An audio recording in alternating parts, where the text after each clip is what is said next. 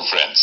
Well actually जिस तरह से आप लोगों के रिस्पॉन्स मुझे मिल रहे हैं, जिस तरह की बातें आप कर रहे हैं चाणक्य नीति के कुछ ही एपिसोड्स के बाद, आई थिंक मुझे भी अब किसी ज्ञानी बाबा की तरह एक स्पेशल लैंग्वेज इस्तेमाल करनी चाहिए। वैसे jokes apart, I am getting great response, so मैं भी ज्यादा मेहनत कर रहा हूँ to get the gems for you from the greatest teacher of history, Acharya Vishnugupta Chanakya. अब में से बहुत लोगों ने सुना और पढ़ा होगा कि इवन बुद्धा सेड कि भाई एक्सपेक्टेशंस दुख देती हैं, इच्छाएं ही दुख का कारण है।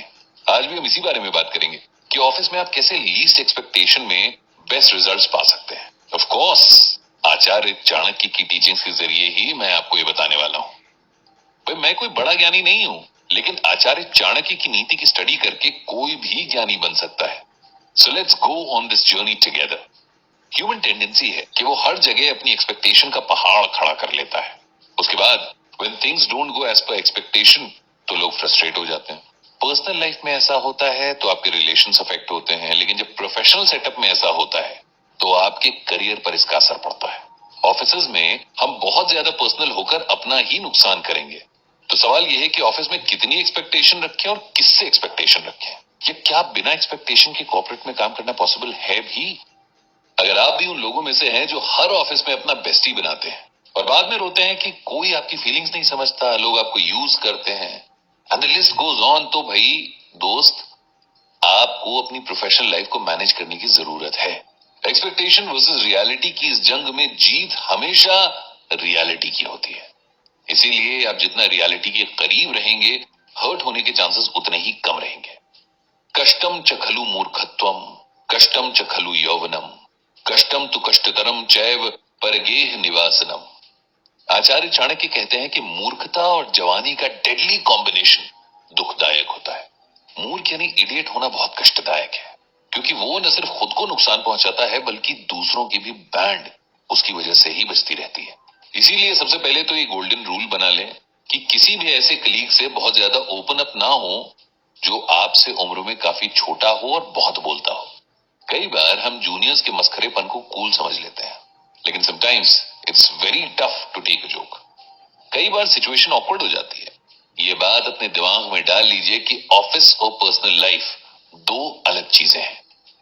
What you do personally has nothing to do with what you do professionally. इसीलिए ये लॉजिक मत दीजिए कि मैं तो जी अल्ट्रा कूल हूं और ऑफिस में भी I have best of friends. No bro, sorry, hold on. यहां भी आपको आचार्य चाणक्य की यह बात याद रखनी चाहिए कि आप अपने मित्र स्वयं हो और शत्रु भी। ऑफिस में आप दोस्ती करने या सर्कल बनाने नहीं गए हो, वो आपका वर्क स्टेशन है, प्लेग्राउंड नहीं।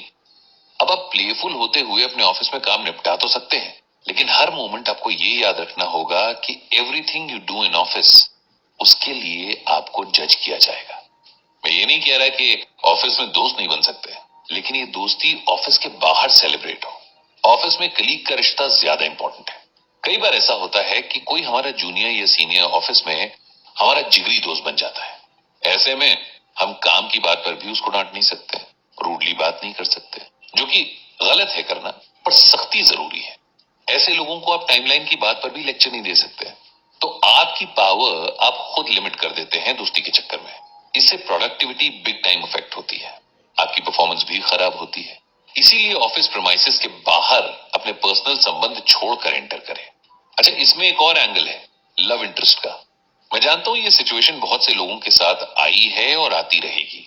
Clarity of mind is the key. अब दिल तो है दिल, दिल का एतबार क्या कीजिए, आ गया जो किसी पे प्यार क्या कीजिए।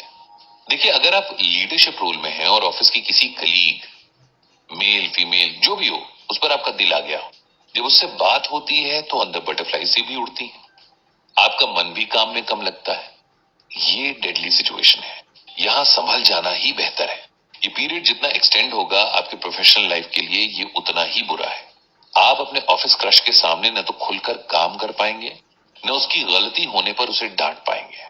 फिर ये मुहावरा तो आपने सुना ही होगा कि इश्क और मुश्क छुपाए नहीं छुपते। ऑफिस में जब आपकी लव इंटरेस्ट की चर्चा आम हो जाती है तो लोग आपके मजे लेने लगते हैं। आचार्य चाणक्य कहते हैं कि हल्के लोगों से दोस्ती करने का परिणाम ये होता है कि you also lose your gravity. आप नहीं चाहेंगे कि आपके किस्से ऑफिस में तैरें, लोग आपको लेकर बातें बनाएं, ये बातें कुछ चमचों के वाया बॉस के पास भी पहुंचती हैं। जेलेसी इज सो कॉमन कि आप हैरान हो जाएंगे। कई लोग सिर्फ इस बात से दुखी होते हैं कि आप खुश क्यों हैं। इसीलिए अपनी पर्सनल स्पेस को बचाना आपकी रिस्पॉन्सिबिलिटी है। अगर खुदा ना खास्ता ऑफिस में रोमांस शुरू हो ही जाए तो उसे ऑफिस के बाहर मैनेज करें। अपनी बात एक्सप्रेस करें और पार्टनर को भी कम्युनिकेट करें कि ऑफिस में आप सिर्फ काम से मतलब रखना चाहते हैं। ऑफिस की दोस्ती को भी वर्किंग आवर्स के बाद ही रिज्यूम करें। ऐसे लोगों से बिल्कुल बचकर रहें जिनकी पर्सनालिटी हल्की हो, जो लाउड माउथ हो। याद रखिए कि कोई अगर आपके आगे किसी और की बुराई करता है तो ये लगभग श्योर शॉट है कि वो किसी और के आगे आपकी भी उतारता होगा। इसीलिए ऑफिस में किन लोगों के साथ कितना खुलना है इसका फैसला बहुत सोच समझ कर करें।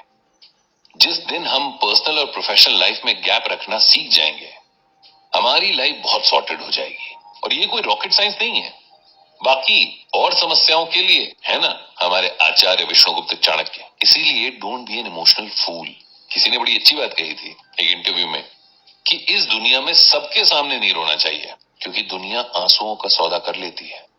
तो अभी के एपिसोड में बस इतना ही। आई होप मेरी तरह आपको भी बहुत क्लैरिटी ऑफ माइंड आई होगी कि ऑफिस और पर्सनल लाइफ का स्पेस कैसे बरकरार रखा जाए। Also about office friendship and romance. Acharya Chanakya से एक और लाइफ लेसन लेकर जल्दी हाजिर होता हूं आपके लिए। Shine on everybody. चाओ।